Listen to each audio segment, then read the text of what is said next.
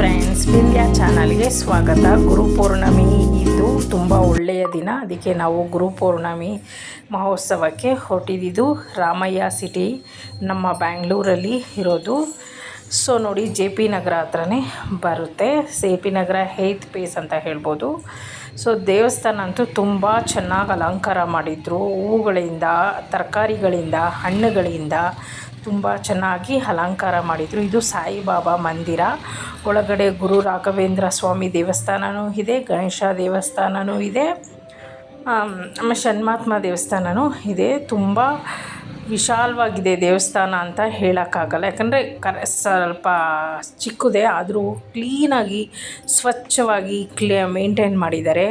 ತುಂಬ ಚೆನ್ನಾಗಿತ್ತು. ಡೆಕೋರೇಷನ್ ಅಂತೂ ನನಗಂತೂ ತುಂಬ ಚೆನ್ನಾಗಿತ್ತು. ಎಲ್ಲೂ ಒಂದು ಪ್ಲಾಸ್ಟಿಕ್ ಯೂಸ್ ಮಾಡಿಲ್ಲ. ತುಂಬ ಚೆನ್ನಾಗಿ ಎಲ್ಲ ಅಲಂಕಾರ ಮಾಡಿದ್ದಾರೆ. ಆಮೇಲೆ ಪ್ರಸಾದ ಎಲ್ಲ ಇತ್ತು. ಪಲಾವ್ ಕೊಡ್ತಾಯಿದ್ರು. ಇದು ಗಣೇಶ ಎಲ್ಲ ಪೈಂಟ್ ಆಗಿತ್ತು. ತುಂಬ ಚೆನ್ನಾಗಿತ್ತು. ದೇವಸ್ಥಾನ ಮಾತ್ರ ನೋಡೋಕ್ಕಂತೂ ತುಂಬ ಚೆನ್ನಾಗಿತ್ತು. ಗುರುಪೌರ್ಣಮಿ ವಿಶೇಷ ಮತ್ತು 50 ವರ್ಷಕ್ಕೊಮ್ಮೆ ಬರೋದಂತೆ. ಇದು ಗುರುವಾರ ಬಂದಿರೋದು ಗುರುಪೌರ್ಣಮಿ, ತುಂಬ ವಿಶೇಷ. ಸೊ ಎಲ್ಲರಿಗೂ ದರ್ಶನ ಆಗಲಿ ಅಂತ ಎಲ್ಲರೂ ಯಾರ್ಯಾರು ಹೋಗೋಕ್ಕಾಗಲ್ವೋ, ನಾನು ಸಬ್ಸ್ಕ್ರೈಬ್ ಮಾಡಿದಾರೋ ಅಥವಾ ಹೊಸ್ದಾಗಿ ನೋಡ್ತಾ ಇರೋರು ದಯವಿಟ್ಟು ಸಬ್ಸ್ಕ್ರೈಬ್ ಮಾಡಿ. ದಯವಿಟ್ಟು ಈ ವಿಡಿಯೋನ ಎಲ್ಲರೂ ಕಣ್ತುಂಬಿಸ್ಕೊಳ್ಳಿ ಅಂತ ನಾನು ಕೇಳ್ತಾ ಇದ್ದೀನಿ. ಸೊ ಈ ವಿಡಿಯೋ ನಿಮಗೆ ಇಷ್ಟ ಆದರೆ ಲೈಕ್ ಮಾಡಿ, ಶೇರ್ ಮಾಡಿ.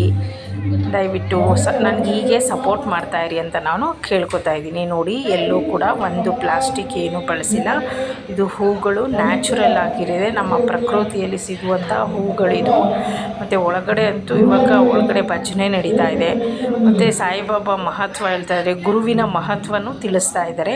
ಸೊ ನಾನು ಅಲ್ಲಿಗೆ ಮಾತಾಡಲ್ಲ, ಯಾಕಂದರೆ ಎಲ್ಲರೂ ಅವ್ರ ಮಾತನ್ನು ಕೇಳಿಸ್ಕೊಬೇಕು. ಎಷ್ಟೋ ಜನಕ್ಕೆ ಗುರುವಿನ ಒಂದು ಮಹತ್ವ ಗೊತ್ತಿರಲ್ಲ. ಅದಕ್ಕೆ ಈ ಪೌರ್ಣಿಮೆ ವಿಶೇಷ ಅಂದರೆ ಸುಮಾರು 50 ವರ್ಷಕ್ಕೆ ಒಮ್ಮೆ ಈ ಗುರುವಾರವೇ ಗುರುಪೌರ್ಣಿಮೆ ಬಂದಿದೆ. ಅಂದರೆ ಗ್ರಹಗಳ ಪ್ರಕಾರವಾಗಿ ಬೃಹಸ್ಪತಿ ವಾರ ಅಂತ ಏನು ಹೇಳ್ತೀವೋ, ಆ ಬೃಹಸ್ಪತಿ ವಾರದಲ್ಲಿ ಬರಲಿಗೆ 5 ಗ್ರಹಗಳ ಲೆಕ್ಕ ಬರುತ್ತೆ. ಅದರಿಂದ ಈ ಪವಿತ್ರ ಈ ಬೃಹಸ್ಪತಿ ವಾರ ಎಲ್ಲ ರೀತಿಯ ಆ ದಿನ ಯಾರು ಗುರುವಿನ ದರ್ಶನ ಅಂತಂದ್ರೆ ಜಗತ್ತಿನಲ್ಲಿ ಅತಿ ತ್ರಿಮೂರ್ತಿಗಳಿಗಿಂತ ಎಲ್ಲ ಶಕ್ತಿಗಳಿಗಿಂತ ಯಾವ ಶಕ್ತಿ ಅಲಿಸಬೇಕಂದ್ರೂ ಸಹಿತ ಗುರುವಿನ ಆಶೀರ್ವಾದ ಬಹಳ ಮುಖ್ಯ ಅಂತ. ಯಾಕೆ ಅಂತಂದ್ರೆ ಗುರುವಿನ ಕೃಪೆ ಇಲ್ಲದೆ ಯಾವುದೇ ಸಹಿತ ಪರಿಪೂರ್ಣವಾಗಲ್ಲ. ಅಂದ್ರೆ ವರ್ತೂರಿನ ಹತ್ರ ಬರುತ್ತೆ, ಅಲ್ಲೂ ಸಹಿತ ಒಂದು ಸಾಯಿ ಮಂದಿರ ಹಾಗೂ ಸಾಂಸ್ಕೃತಿಕ ಚಟುವಟಿಕೆ ಉದ್ದೇಶದಿಂದ ಮಾಡ್ತಾ ಇದೆ. ಮತ್ತು ಶ್ರೀರಂಗಪಟ್ಟಣದಲ್ಲಿ ಹೈವೇಯಲ್ಲಿ ಒಂದು ಸಾಯಿಬಾಬಾ ಬೃಹತ್ ಸಾಯಿಬಾಬಾ ನಿರ್ಮಾಣ ಮಂದಿರ ಆಗ್ತಾ ಇದೆ, ಕಂಪ್ಲೀಟ್ ಆಗೋಗಿದೆ.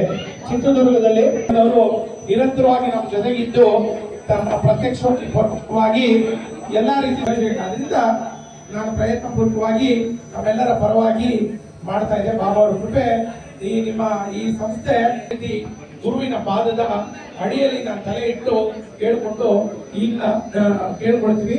ಈಗ ಭಿಕ್ಷಾವಂದನೆ ಆಗುತ್ತೆ.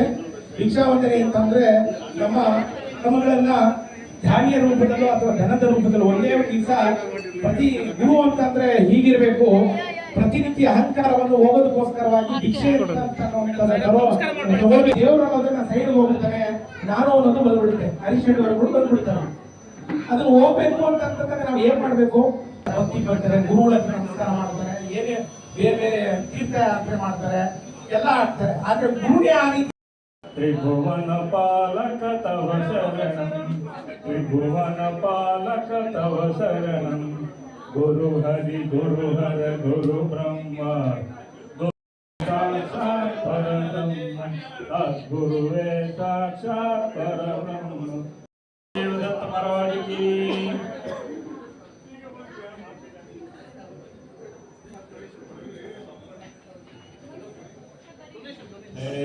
ಗುರುವೇ ಜ್ಞಾನದಾತನೆ ಸಾಂತ.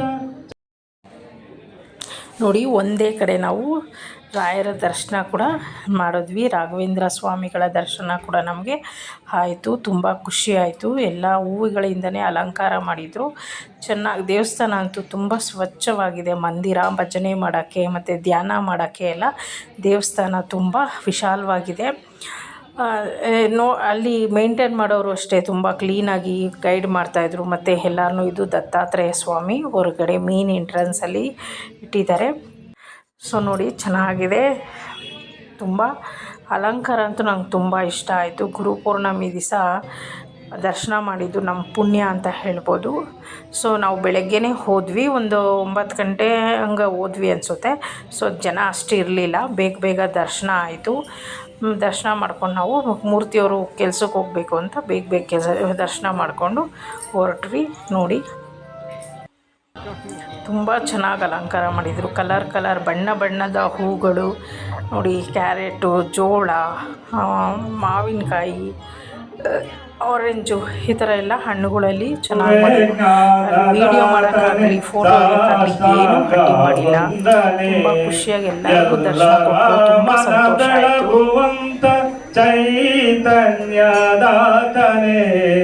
ಎಲ್ಲರ ಮನ ಬೆಳಗುವಂತ ಚೈತನ್ಯದಾತನೇ,